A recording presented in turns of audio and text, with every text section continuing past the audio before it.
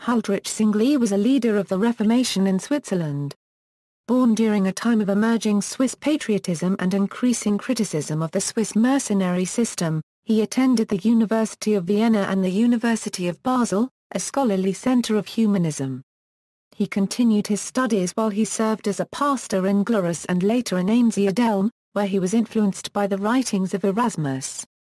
In 1518, Zwingli became the pastor of the Grossmünster in Zurich, where he began to preach ideas on reforming the Catholic Church. In his first public controversy in 1522, he attacked the custom of fasting during Lent. In his publications, he noted corruption in the ecclesiastical hierarchy, promoted clerical marriage, and attacked the use of images in places of worship. In 1524, Zwingli changed his belief about the Lord's Supper, and experienced a dream which gave him confidence in his position. In 1525, Zwingli introduced a new communion liturgy to replace the Mass. Zwingli also clashed with the Anabaptists, which resulted in their persecution. The Reformation spread to other parts of the Swiss Confederation, but several cantons resisted, preferring to remain Catholic. Zwingli formed an alliance of reformed cantons which divided the Confederation along religious lines. In 1529, a war between the two sides was averted at the last moment. Meanwhile, Zwingli's ideas came to the attention of Martin Luther and other reformers. They met at the Marburg Colloquy, and although they agreed on many points of doctrine, they could not reach an accord on the doctrine of the real presence of Christ in the Eucharist. In 1531, Zwingli's alliance applied an unsuccessful food blockade on the Catholic cantons. The cantons responded with an attack at a moment when Zurich was ill-prepared. Zwingli was killed in battle at the age of 47. His legacy lives on in the confessions, liturgy, and church orders of the Reformed churches of today. Historical context. The Swiss Confederation in Huldrych Zwingli's time consisted of 13 states as well as affiliated states and common lordships. Unlike the current modern state of Switzerland, which operates under a federal government, the 13 states were nearly independent, conducting their own domestic and foreign affairs. Each state formed its own alliances within and without the Confederation. This relative independence served as the basis for conflict during the time of the Reformation, when the various states divided between different confessional camps. Military ambitions were given an additional impetus with the competition to acquire new territory and resources, as seen for example in the Old Zurich War. The political environment in Europe during the 15th and 16th centuries was also volatile. For centuries the foreign policies of the Confederation were determined by its relationship with its powerful neighbor, France. Nominally, the Confederation was under the control of the Holy Roman Empire. However, through a succession of wars culminating in the Swabian War, the Confederation had become de facto independent. As the two continental powers and minor states such as the Duchy of Milan, Duchy of Savoy, and the Papal States competed and fought against each other, there were far-reaching political, economic, and social consequences for the Confederation. It was during this time that the mercenary pension system became a subject of disagreement. The religious factions of Zwingli's time debated vociferously regarding the merits of sending young Swiss men to fight in foreign wars, mainly for the enrichment of the cantonal authorities. These internal and external factors contributed to the rise of a Confederation national consciousness, in which the term Fatherland began to take on meaning beyond an individual canton. At the same time, Renaissance humanism, with its universal values and emphasis on scholarship, had taken roots in the country. It was within this environment, defined by the confluence of Swiss patriotism and humanism, that Zwingli was born. Life, early years. Huldrych Zwingli was born on January 1, 1484 in Wildhorst, in the Toggenburg Valley of Switzerland, to a family of farmers, the third child of 9. His father, Ulrich, played a leading role in the administration of the community. Zwingli's primary schooling was provided by his uncle, Bartholomew, a cleric in Wiesen. At 10 years old, Zwingli was sent to Basel to obtain his secondary education, where he learned Latin under Magistrate Gregory Bar 1/4 NZLI.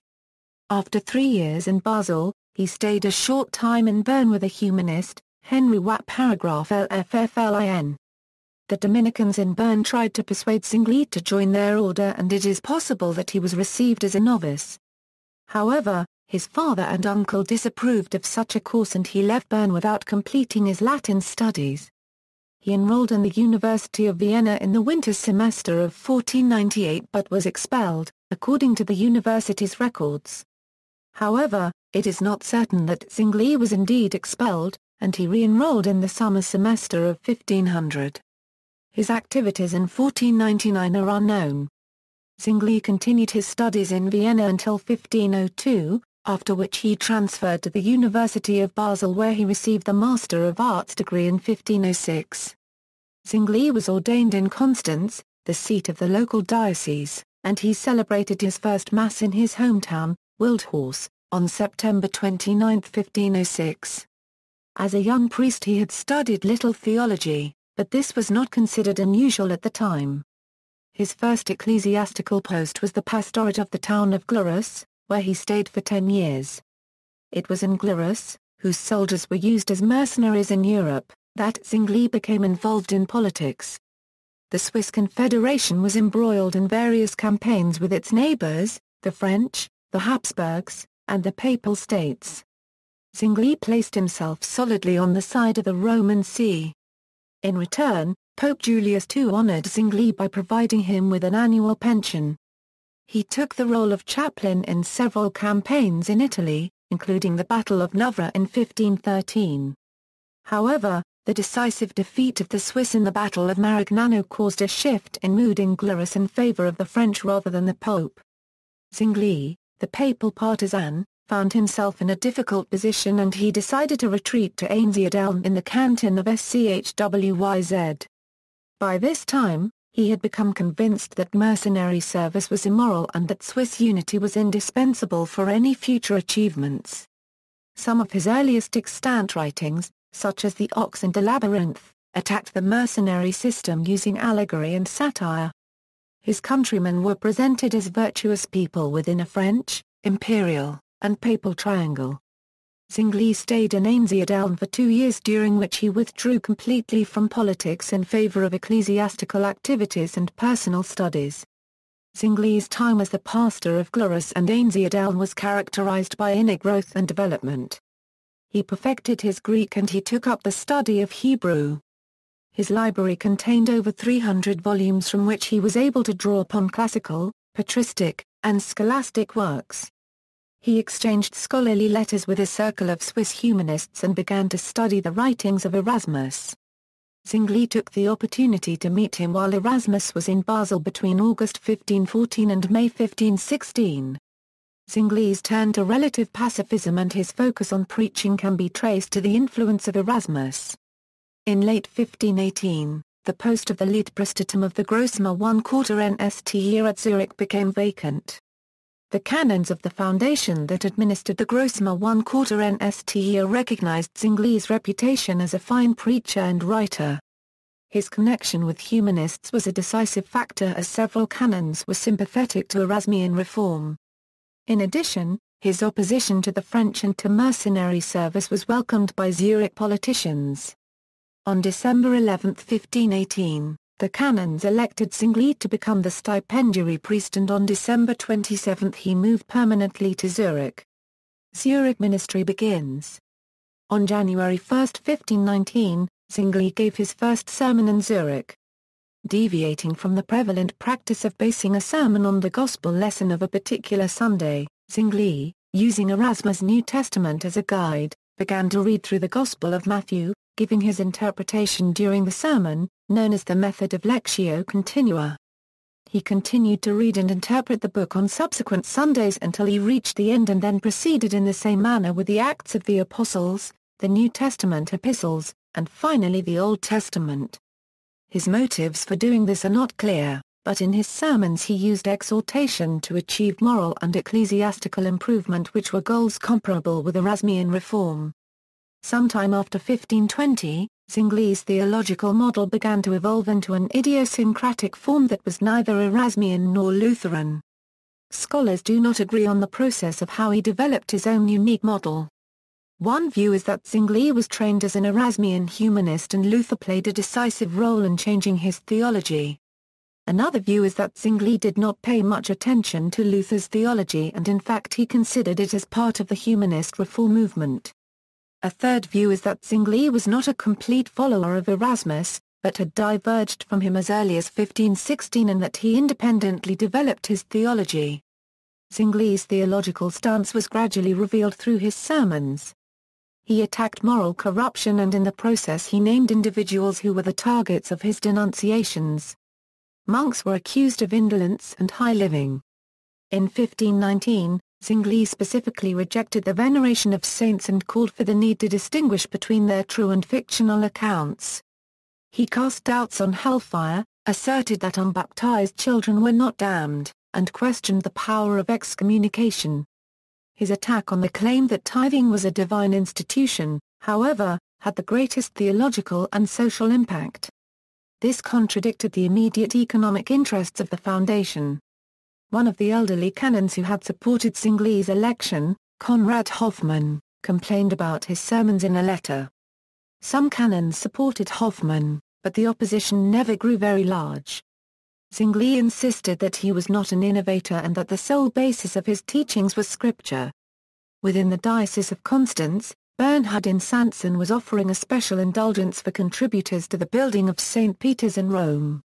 When Sanson arrived at the gates of Zurich at the end of January 1519, parishioners prompted Zwingli with questions. He responded with displeasure that the people were not being properly informed about the conditions of the indulgence and were being induced to part with their money on false pretenses.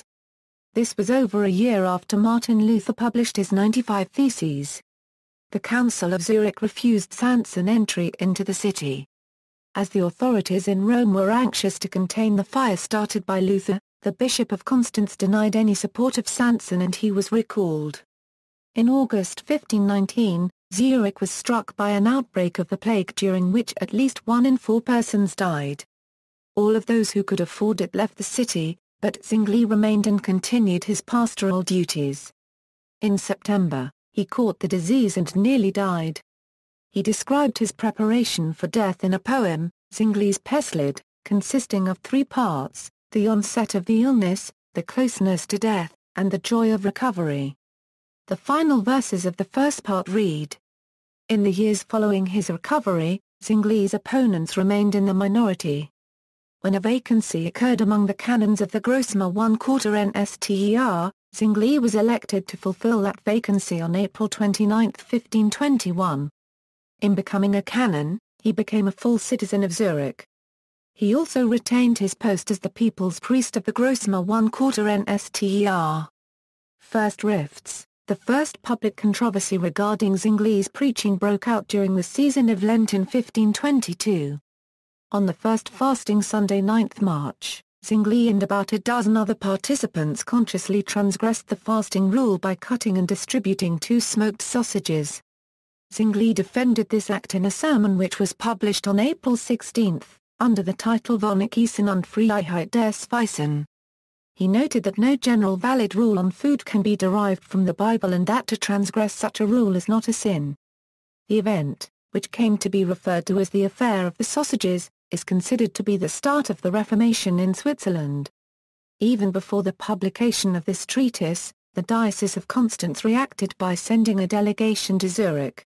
The city council condemned the fasting violation, but assumed responsibility over ecclesiastical matters and requested the religious authorities clarify the issue. The bishop responded on May 24 by admonishing the Grossmünster and city council and repeating the traditional position. Following this event, Zwingli and other humanist friends petitioned the bishop on July 2 to abolish the requirement of celibacy on the clergy. 2 weeks later the petition was reprinted for the public in German as Eine freundliche Bitte um die Meinung und die Genossen. The issue was not just an abstract problem for Zwingli, as he had secretly married a widow, Anna Reinwarth, earlier in the year. Their cohabitation was well known and their public wedding took place on April 2, 1524, 3 months before the birth of their first child. They would eventually have 4 children, Regula, William, Huldrych, and Anna. As the petition was addressed to the secular authorities, the bishop responded at the same level by notifying the Zurich government to maintain the ecclesiastical order. Other Swiss clergymen joined in Zwingli's cause, which encouraged him to make his first major statement of faith, Apologeticus Archetals. He defended himself against charges of inciting unrest and heresy. He denied the ecclesiastical hierarchy any right to judge on matters of church order because of its corrupted state. Zurich Disputations. The events of 1522 brought no clarification on the issues. Not only did the unrest between Zurich and the bishop continue, tensions were growing among Zurich's confederation partners in the Swiss Diet. On December 22, the Diet recommended that its members prohibit the new teachings, a strong indictment directed at Zurich. The city council felt obliged to take the initiative and find its own solution. First Disputation. On January 3, 1523, the Zurich City Council invited the clergy of the city and outlying region to a meeting to allow the factions to present their opinions. The bishop was invited to attend or to send a representative. The council would render a decision on who would be allowed to continue to proclaim their views. This meeting, the first Zurich Disputation, took place on January 29, 1523. The meeting attracted a large crowd of approximately 600 participants. The bishop sent a delegation led by his vicar general, Johannes Fabri. Zwingli summarized his position in the Schlussreden. Fabri, who had not envisaged an academic disputation in the manner Zwingli had prepared for, was forbidden to discuss high theology before laymen, and simply insisted on the necessity of the ecclesiastical authority. The decision of the council was that Zwingli would be allowed to continue his preaching and that all other preachers should teach only in accordance with Scripture. Second Disputation. In September 1523, Leo Judd, Zwingli's closest friend and colleague and pastor of St. Peterskirche, publicly called for the removal of statues of saints and other icons. This led to demonstrations and iconoclastic activities. The city council decided to work out the matter of images in a second disputation. The essence of the Mass and its sacrificial character was also included as a subject of discussion. Supporters of the Mass claimed that the Eucharist was a true sacrifice, while Zwingli claimed that it was a commemorative meal. As in the first disputation, an invitation was sent out to the Zurich clergy and the Bishop of Constance. This time, however, the lay people of Zurich, the dioceses of Chur and Basel, the University of Basel, and the 12 members of the Confederation were also invited. About 900 persons attended this meeting, but neither the bishop nor the Confederation sent representatives. The disputation started on October 26, 1523 and lasted 2 days. Zwingli again took the lead in the disputation. His opponent was the aforementioned canon, Konrad Hoffmann, who had initially supported Zwingli's election. Also taking part was a group of young men demanding a much faster pace of Reformation, who among other things pleaded for replacing infant baptism with adult baptism. This group was led by Conrad Grebel, one of the initiators of the Anabaptist movement. During the first 3 days of dispute, although the controversy of images and the Mass were discussed, the arguments led to the question of whether the city council or the ecclesiastical government had the authority to decide on these issues. At this point, Conrad Schmitt, a priest from Aargau and follower of Zwingli, made a pragmatic suggestion. As images were not yet considered to be valueless by everyone, he suggested that pastors preach on this subject under threat of punishment. He believed the opinions of the people would gradually change and the voluntary removal of images would follow. Hence, Schmitt rejected the radicals and their iconoclasm, but supported Zwingli's position. In November the council passed ordinances in support of Schmitt's motion. Zwingli wrote a booklet on the evangelical duties of a minister, Kurs, Christliche Einleitung, and the council sent it out to the clergy and the members of the Confederation. Reformation progresses in Zurich. In December 1523, the council set a deadline of Pentecost in 1524 for a solution to the elimination of the Mass and images. Zwingli gave a formal opinion in Vorschlag wegen der Bilder und der Messe. He did not urge an immediate, general abolition. The council decided on the orderly removal of images within Zurich, but rural congregations were granted the right to remove them based on majority vote. The decision on the Mass was postponed. Evidence of the effect of the Reformation was seen in early 1524.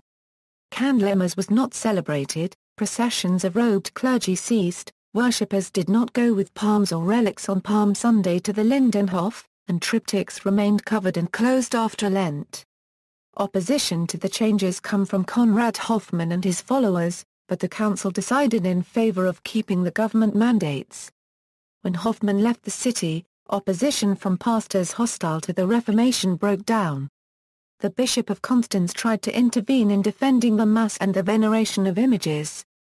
Zwingli wrote an official response for the council and the result was the severance of all ties between the city and the diocese.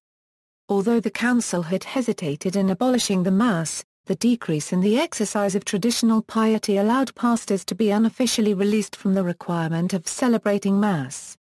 As individual pastors altered their practices as each saw fit, Zwingli was prompted to address this disorganized situation by designing a communion liturgy in the German language. This was published in Action oder Brauch des Nachtmahls. Shortly before Easter, Zwingli and his closest associates requested the council to cancel the Mass and to introduce the new public order of worship. On Maundy Thursday 13 April 1525, Zwingli celebrated communion under his new liturgy. Wooden cups and plates were used to avoid any outward displays of formality. The congregation sat at set tables to emphasize the meal aspect of the sacrament. The sermon was the focal point of the service and there was no organ music or singing. The importance of the sermon in the worship service was underlined by Zwingli's proposal to limit the celebration of communion to 4 times a year. For some time Zwingli had accused mendicant orders of hypocrisy and demanded their abolition in order to support the truly poor. He suggested the monasteries be changed into hospitals and welfare institutions and incorporate their wealth into a welfare fund. This was done by reorganizing the foundations of the Grossmünster 1/4 NSTER and Frommer 1/4 NSTER and pensioning off remaining nuns and monks. The council secularized the church properties and established new welfare programs for the poor. Zwingli requested permission to establish a Latin school, the Prophecy, at the Grossmünster 1/4 NSTER. The council agreed and it was officially opened on June 19, 1525 with Zwingli and Judd as teachers. It served to retrain and re-educate the clergy.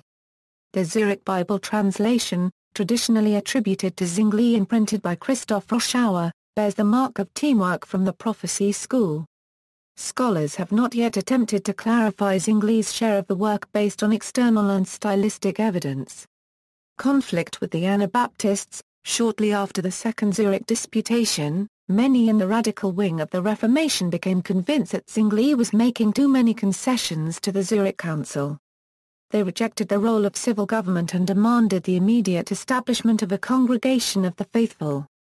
Conrad Grebel, the leader of the radicals in the emerging Anabaptist movement, spoke disparagingly of Zwingli in private. On August 15, 1524 the council insisted on the obligation to baptize all newborn infants. Zwingli secretly conferred with Grebel's group and late in 1524, the council called for official discussions. When talks were broken off, Zwingli published Ursache gb zu Aufruhr clarifying the opposing points of view. On January 17, 1525 a public debate was held and the council decided in favor of Zwingli. Anyone refusing to have their children baptized was required to leave Zurich. The radicals ignored these measures and on January 21, they met at the house of the mother of another radical leader, Felix Manz.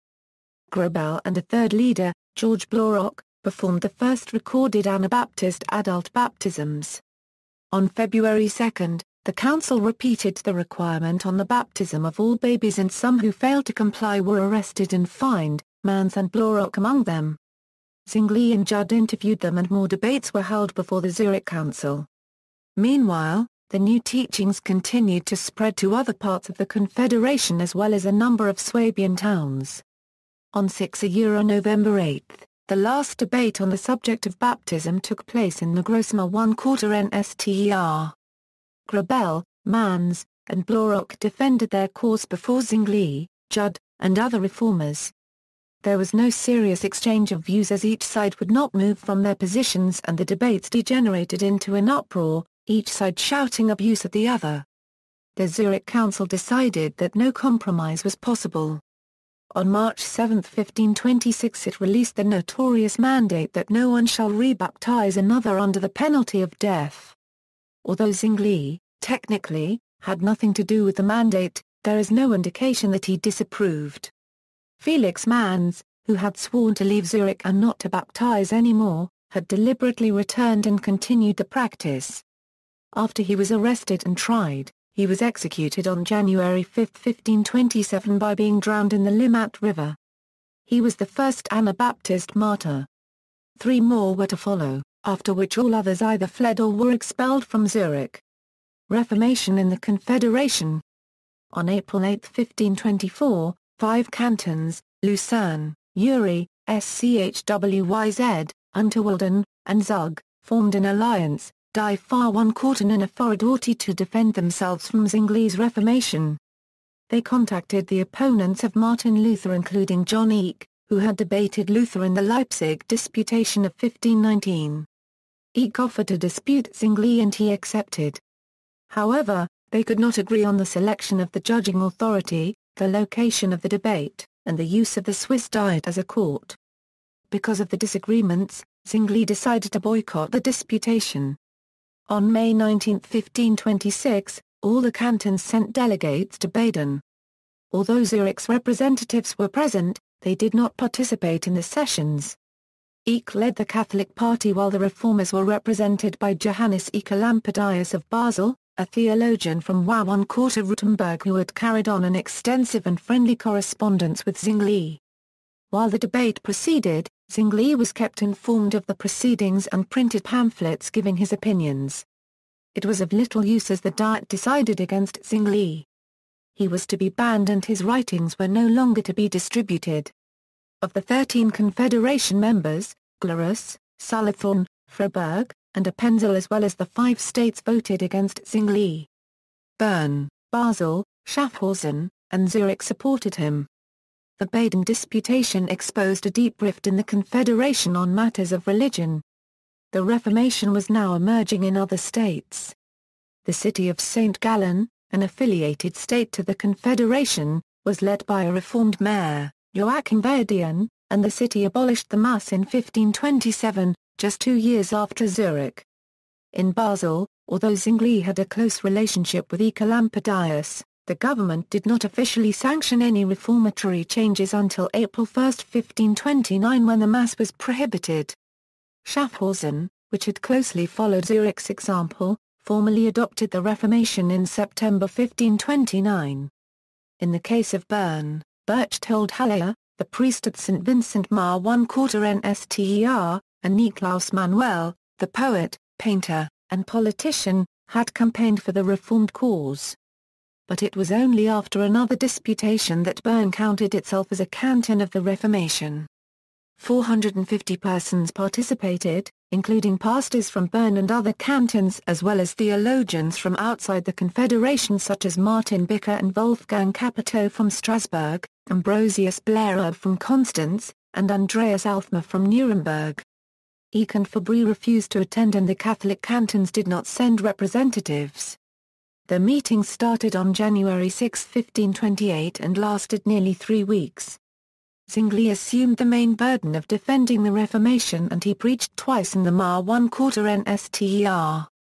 On February 7, 1528 the council decreed that the Reformation be established in Bern. First came the war.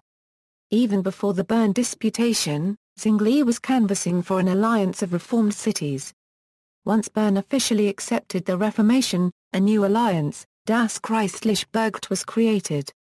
The first meetings were held in Bern between representatives of Bern, Constance, and Zurich on 5 January 6, 1528.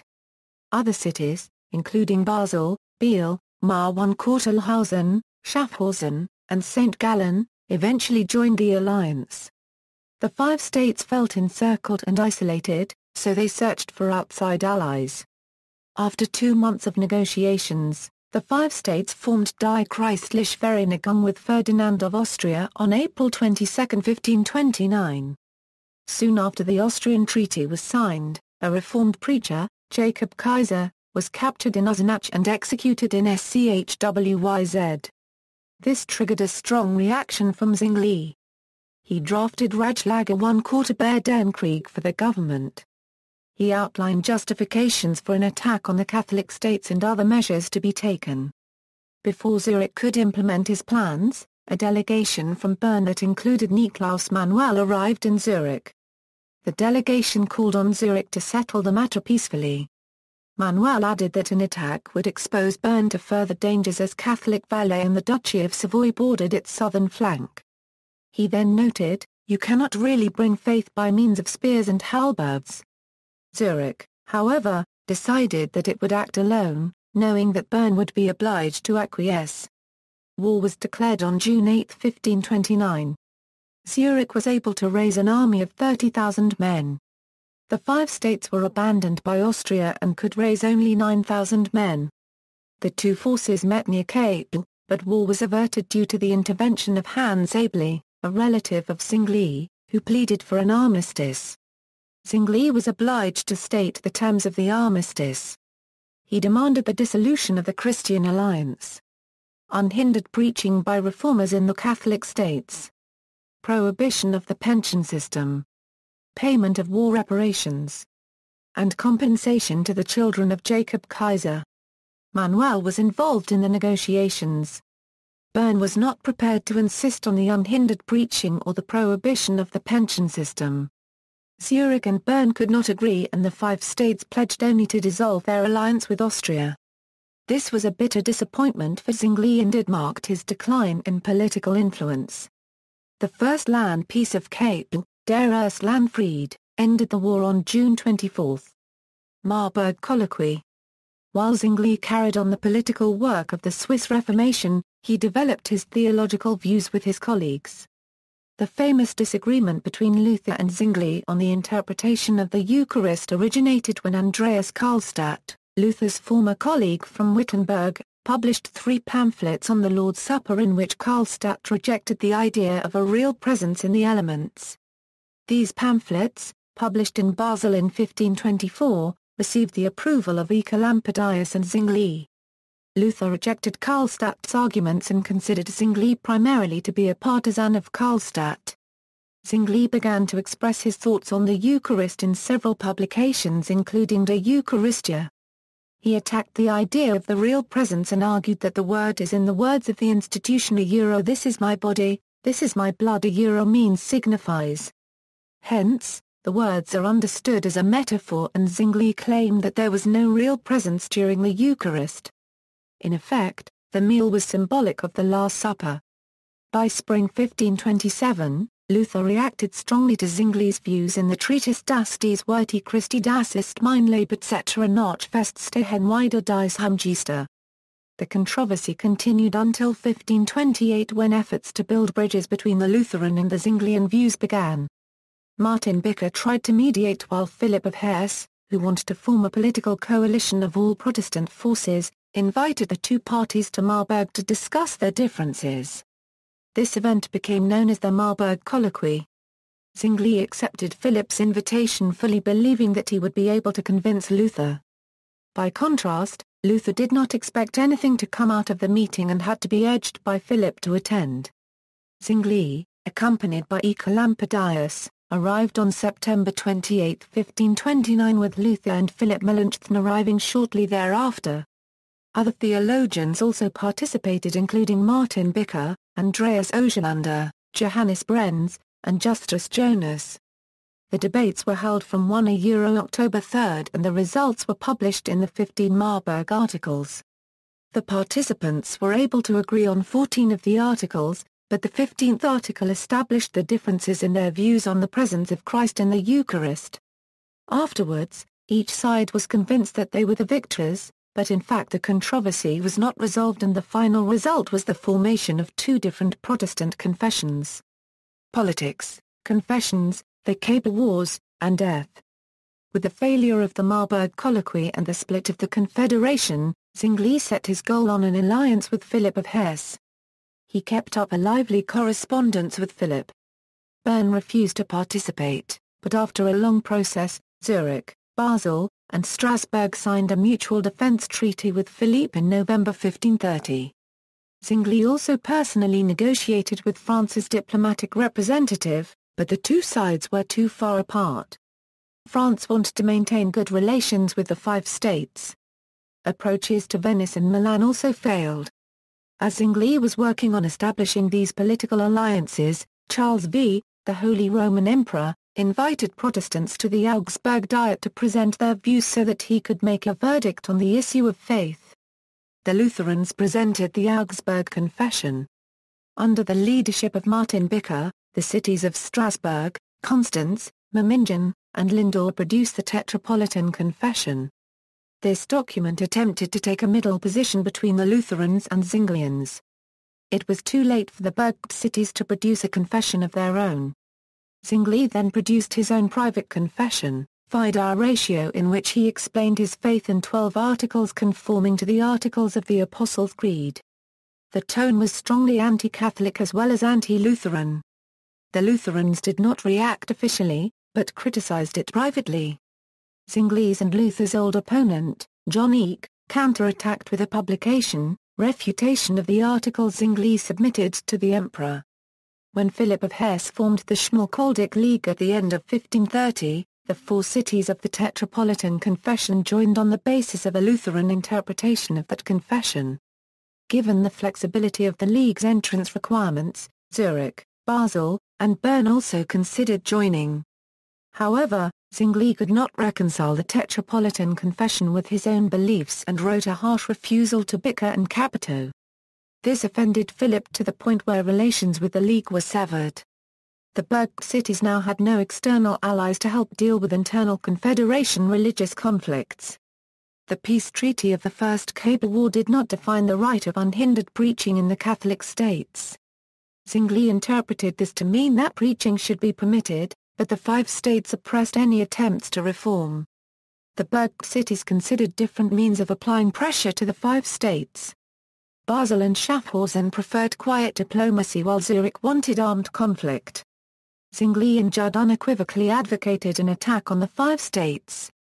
Bern took a middle position which eventually prevailed. In May 1531, Zurich reluctantly agreed to impose a food blockade. It failed to have any effect, and in October, Bern decided to withdraw the blockade. Zurich urged its continuation and the Berged cities began to quarrel among themselves. On July 26, 1531, disillusioned about the Great Council's lack of support for his goals, Zwingli submitted his resignation. He told the council, 11 years have I preached to you the gospel, and faithfully warned you against the dangers which threaten the confederacy of the five cantons that is. Those who hate the gospel and live on foreign pensions are allowed to gain the mastery. But you do not heed my voice, and continue to elect members who sympathize with the enemies of the gospel. And yet ye make me responsible for all this misfortune. Well, I herewith resign, and shall elsewhere seek my support. But the council did not accept his resignation, and he withdrew it within 3 days. On October 9, 1531, in a surprise move, the five states declared war on Zurich. Zurich's mobilization was slow due to internal squabbling, and on October 11, 3,500 poorly deployed men encountered a five states force nearly double their size near Kappel on October 11. Many pastors, including Zwingli, were among the soldiers. The battle lasted less than 1 hour and Zwingli was among the 500 casualties in the Zurich army. Zwingli's successor Heinrich Bullinger gives an account of the battle and of Zwingli's death in his chronicle. According to Bullinger, Zwingli was found by his enemies wounded, but still alive, lying face downward under a pear tree. They turned him round, and asked him to confess. He repeatedly shook his head, by way of denying. "Die, then, stiff-necked heretic!" cried Captain Vokinger of Unterwalden, giving him his death blow. His body was quartered and burned, and his ashes thrown to the wind. His helmet was taken to Lucerne as a trophy. On the Catholic side, there were various rivaling claims as to who had killed Zwingli in the battle. On the Zurich side, reports according to which Zwingli had been captured due to an act of treason circulated soon after the battle, but these cannot be substantiated as historical. Theology. According to Zwingli, the cornerstone of theology is the Bible. Zwingli appealed to Scripture constantly in his writings. He placed its authority above other sources such as the ecumenical councils or the Church Fathers, although he did not hesitate to use other sources to support his arguments. The principles that guide Zwingli's interpretations are derived from his rationalist humanist education and his reformed understanding of the Bible. He rejected literalist interpretations of a passage, such as those of the Anabaptists, and used synecdoche and analogies, methods he describes in A Friendly Exegesis. Two analogies that he used quite effectively were between baptism and circumcision and between the Eucharist and Passover.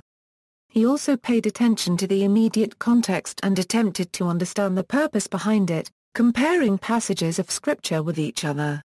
Zwingli rejected the word sacrament in the popular usage of his time. For ordinary people, the word meant some kind of holy action of which there is inherent power to free the conscience from sin. For Zwingli, a sacrament was an initiatory ceremony or a pledge, pointing out that the word was derived from sacramentum, meaning an oath. In his early writings on baptism, he noted that baptism was an example of such a pledge. He challenged Catholics by accusing them of superstition when they ascribed the water of baptism a certain power to wash away sin. Later, in his conflict with the Anabaptists, he defended the practice of infant baptism, noting that there is no law forbidding the practice. He argued that baptism was a sign of a covenant with God, thereby replacing circumcision in the Old Testament. Zwingli approached the Eucharist in a similar manner to baptism. During the First Zurich Disputation in 1523, he denied that an actual sacrifice occurred during the Mass, arguing that Christ made the sacrifice only once and for all eternity. Hence, the Eucharist was a memorial of the sacrifice. Following this argument, he further developed his view, coming to the conclusion of the signifies interpretation for the words of the institution. He used various passages of Scripture to argue against transubstantiation as well as Luther's views, the key text being John 6:63, "It is the Spirit who gives life, the flesh is of no avail." Zwingli's rational approach and use of Scripture to understand the meaning of the Eucharist was one reason he could not reach a consensus with Luther. The impact of Luther on Zwingli's theological development has long been a source of interest and discussion among Zwinglian scholars. Zwingli himself asserted vigorously his independence of Luther. The most recent studies have lent credibility to this claim, although some scholars still claim his theology was dependent upon Luther's. Zwingli appears to have read Luther's books in search of confirmation from Luther for his own views. Zwingli did, however, admire Luther greatly for the stand he took against the Pope. This, more than Luther's theology, was a key influence on Zwingli's convictions as a reformer. What Zwingli considered Luther's courageous stance at the Leipzig Disputation had a decisive impact on Zwingli during his earliest years as a priest, and during this time Zwingli praised and promoted Luther's writings to support his own similar ideas. Like Luther, Zwingli was also a student and admirer of Augustine. His later writings continued to show characteristic differences from Luther, such as the inclusion of non-Christians in heaven as described in an exposition of the faith. Music. Zwingli enjoyed music and could play several instruments, including the violin, harp, flute, dulcimer and hunting horn. He would sometimes amuse the children of his congregation on his lute and was so well known for his playing that his enemies mocked him as the evangelical lute player and fifer. 3 of Zwingli's lieder or hymns have been preserved, the Pestlied mentioned above, an adaptation of Psalm 65, and the Capella Lied, which is believed to have been composed during the campaign of the First War of Cape. These songs were not meant to be sung during worship services and are not identified as hymns of the Reformation, though they were published in some 16th-century hymnals. Zwingli criticized the practice of priestly chanting in monastic choirs. The criticism dates from 1523 when he attacked certain worship practices. He associated music with images and vestments, all of which he felt diverted people's attention from true spiritual worship. It is not known what he thought of the musical practices in early Lutheran churches. Zwingli, however, eliminated instrumental music from worship in the church, stating that God had not commanded it in worship. The organist of the People's Church in Zurich is recorded as weeping upon seeing the great organ broken up. Although Zwingli did not express an opinion on congregational singing, he made no effort to encourage it. Nevertheless, scholars have found that Zwingli was supportive of a role for music in the church. Gottfried W. Locher writes, "The old assertion Zwingli was against church singing holds good no longer. Zwingli's polemic is concerned exclusively with the medieval Latin choral and priestly chanting and not with the hymns of evangelical congregations or choirs." Locher goes on to say that Zwingli freely allowed vernacular psalm or choral singing. In addition, he even seems to have striven for lively, antiphonal, unison recitative. Locher then summarizes his comments on Zwingli's view of church music as follows: "The chief thought in his conception of worship was always conscious attendance and understanding Euro-devotion, yet with a lively participation of all concerned." Legacy. Zwingli was a humanist and a scholar with many devoted friends and disciples. He communicated as easily with the ordinary people of his congregation as with rulers such as Philip of Hesse. His reputation as a stern, stolid reformer is counterbalanced by the fact that he had an excellent sense of humor and used satiric fables, spoofing, and puns in his writings. He was more conscious of social obligations than Luther, and he genuinely believed that the masses would accept a government guided by God's word. He tirelessly promoted assistance to the poor, whom he believed should be cared for by a truly Christian community. In December 1531, the Zurich Council selected Heinrich Bullinger as his successor. He immediately removed any doubts about Zwingli's orthodoxy and defended him as a prophet and a martyr. During Bullinger's rule, the confessional divisions of the Confederation were stabilized. He rallied the reformed cities and cantons and helped them to recover from the defeat at Cape. Zwingli had instituted fundamental reforms, while Bullinger consolidated and refined them. Scholars have found it difficult to assess Zwingli's impact on history, for several reasons. There is no consensus on the definition of Zwinglianism. By any definition, Zwinglianism evolved under his successor, Heinrich Bullinger. And research into Zwingli's influence on Bullinger and John Calvin is still rudimentary. Bullinger adopted most of Zwingli's points of doctrine. Like Zwingli, he summarized his theology several times, the best known being the Second Helvetic Confession of 1566. Meanwhile, Calvin had taken over the Reformation in Geneva. Calvin differed with Zwingli on the Eucharist and criticized him for regarding it as simply a metaphorical event. In 1549, however, Bullinger and Calvin succeeded in overcoming the differences in doctrine and produced the Consensus Tigurinus. They declared that the Eucharist was not just symbolic of the meal, but they also rejected the Lutheran position that the body and blood of Christ is in union with the elements. With this rapprochement, Calvin established his role in the Swiss Reformed churches and eventually in the wider world. Outside of Switzerland, no church counts Zwingli as its founder. Scholars speculate as to why Zwinglianism has not diffused more widely, even though Zwingli's theology is considered the first expression of Reformed theology. Although his name is not widely recognized, Zwingli's legacy lives on in the basic confessions of the Reformed churches of today. He is often called, after Martin Luther and John Calvin, the third man of the Reformation. List of works. Zwingli's collected works are expected to fill 21 volumes. A collection of selected works was published in 1995 by the Zwingliverein in collaboration with the Theologische Verlagsar 1/4. This 4-volume collection contains the following works: Volume 1, 1995, 512 pages, ISBN 3-290-10974-7, Pestled the Plague Song, Die Freie Wahl des Weisen Choice and Liberty Regarding Food, in gar Paragraph gleiche Meinung der Schweizer, a solemn exhortation, to the people of SCHWYZ, die Klarheit und Weisheit des Worts Gottes, the clarity and certainty of the word of God, gar Paragraph gleich und menschliche Gerechtigkeit, divine and human righteousness, wie jugendlich aus gutem Haus zu erziehen sind, how to educate adolescents from a good home, Der Hirt the Shepherd, ein freundschaftlich ernste Meinung der Eidgenossen Zwinglis letter to the Federation, where Sachsam aufschreibt those who give cause for tumult. Volume 2, 1995, 556 pages, ISBN 3-290-10975-5, Auslegung und Begründung der Thesen oder Artikel Interpretation and Justification of the Theses or Articles. Volume 3, 1995, 519 pages, ISBN 3-290-10976-3, Impelung zur Vorbereitung auf einen Paragraph Glitchenkriegplan for a campaign, Kommentare 1/4 Bear die War on die Falsche Religion Commentary on True and False Religion.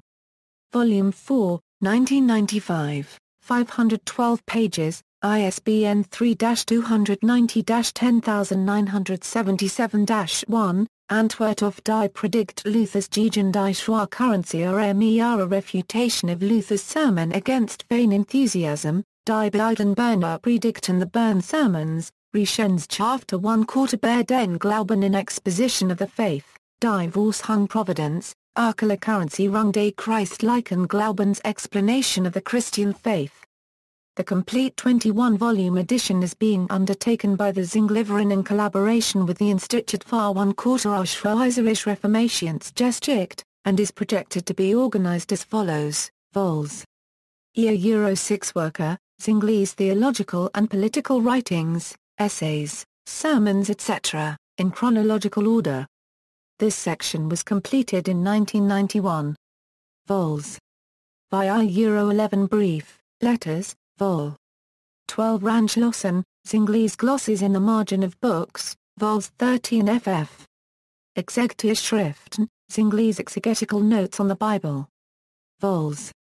13 and 14 have been published, Vols. 15 and 16 are under preparation. Vols. 17 to XX are planned to cover the New Testament. Older German/Latin editions available online include Huldrych Zwingli zur Currenzienlich Worker, Volume 1, Corpus Reformatorum Volume 88, ed. Emil Egli. Berlin, Schick, 1905. Eine Lecta Reformatoria, Document und Abendlungen zur Geschichte Zwinglis und seiner Zeit, Volume 1, ed.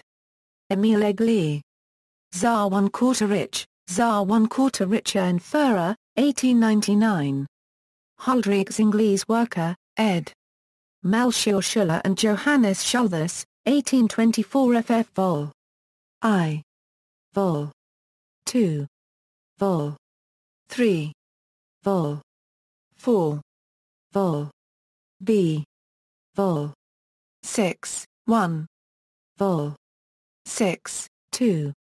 Vol. 7. Vol. 8. Der Evangelische Glauben ach den Hauptschriften der Reformatoren, ed. Paul Wern. Tar 1/4 Bingen, Mu, 1918. Von Freiheit des Weißen, ein Reformationsschrift, 1522, ed. Otto Walther. Halle, Nemia, 1900. See also the following English translations of selected works by Zwingli, the Latin works and the correspondence of Huldrych Zwingli, together with selections from his German works. Volume 1, 1510 Euro 1522, New York, G.P. Putnam & Sons, 1912. Volume 2, Philadelphia, Heidelberg Press, 1922. Volume 3, Philadelphia, Heidelberg Press, 1929. Selected works of Huldrych Zwingli.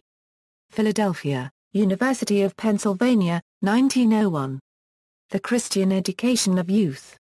Collegeville, Thompson Brothers, 1899.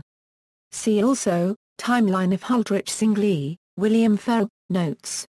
References.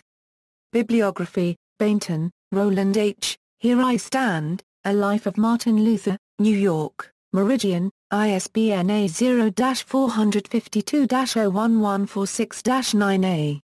Balsrak, John. John Calvin is 16th century prophet ISBN 9780198-703259, considerable coverage of Zurich theology. Blackburn, William M., Ulrich Zwingli, The Patriotic Reformer, A History, Philadelphia, Presby. Board of Publication Sir. Boyer, Daniel, The Life of Zwingli. Cameron, Ewan, The European Reformation, New York, Oxford University Press, ISBN A0-19-873093-4A. Chadwick, Owen, The Early Reformation on the Continent, Oxford, Oxford University Press, ISBN A0-19-926578 Zam. Christoph, Rajat, Zwingli, or, The Rise of the Reformation in Switzerland, Edinburgh, T&T Clarker. Istep, William Roscoe, Renaissance and Reformation, Grand Rapids, Michigan, William B. Edmonds, ISBN A0-8028-0050-5A. Fleischlin, Bernhard, Study in Unbeitragscharency Geeserschweiserischen Kirchengeschichte. B.D. 3, Zwingli, Luzin, J. Schiller. Grob, Jean, The Life of Ulrich Zwingli, New York, Funk and Wagner. Furcher, E.J., ed., Huldrych Zwingli, 1484–1531, A Legacy of Radical Reform, Papers from the 1984 International Zwingli Symposium. McGill University, Montreal, Faculty of Religious Studies, McGill University, ISBN A0-7717-0124-1A.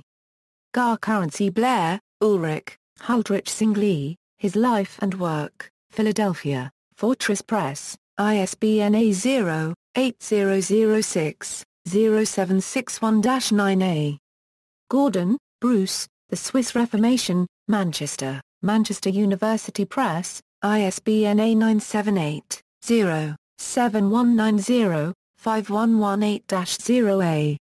Greenslade, S.L., ed., The Cambridge History of the Bible, Cambridge, Cambridge University Press, ISBN A0-521-29016-3A.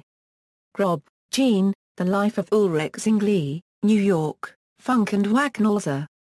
Locker, Gottfried W., Zwingli's Thought, New Perspectives, Leiden, E. J. Brill, ISBN A90-04-06420-6A. Hottinger, Johann Jacob, The Life and Times of Ulrich Zwingli, Harrisburg, T. F. Schaffer. Old, Hughes Elephant, The Reading and Preaching of the Scriptures in the Worship of the Christian Church, Volume 4, Grand Rapids, Michigan, William B. Edmonds Publishing, ISBN A978-0-8028-4775-1A. Jackson, Samuel M., Huldrych Zwingli, The Reformer of German Switzerland, 1484–1531, New York, G. P. Putnam. Potter, G. R., Zwingli, Cambridge, Cambridge University Press, ISBN A0-521-20939-0A. Rilliet, Jean, Zwingli, Third Man of the Reformation, London, Lutterworth Presser, OCLC 820553. Simpson, Samuel, Life of Ulrich Zwingli, The Swiss Patriot and Reformer, New York, Baker and Tylora. Steinmetz, David Curtis, Reformers in the Wings, From Gela von Kaisersberg to Theodor Beza, Oxford, Oxford University Press, ISBN A0-19-513048-0A. Stevens, W. P., The Theology of Huldrych Zwingli, Oxford, Clarendon Press, ISBN A0-826677-4A. Stevens, W. P., Zwingli, An Introduction to His Thought, Oxford, Oxford University Press, ISBN A0-19-826363-5A. Stevens, W. Peter, The Theology of Zwingli, in BAGCHI, David V. N. Steinmetz, David Curtis, The Cambridge Companion to Reformation Theology, Cambridge, Cambridge University Press, ISBN A0-521-77662-7A. Wandel, Lee Palmer, Always Among Us, Images of the Poor in Zwingli Zurich, Cambridge, Cambridge University Press, ISBN A0-521-52254-4A. External links, Biography of Anna Reinhard in Leben magazine from a seminary of the Reformed Church in the United States, German, website of the Zwingli Association and Zwinglianer Journal.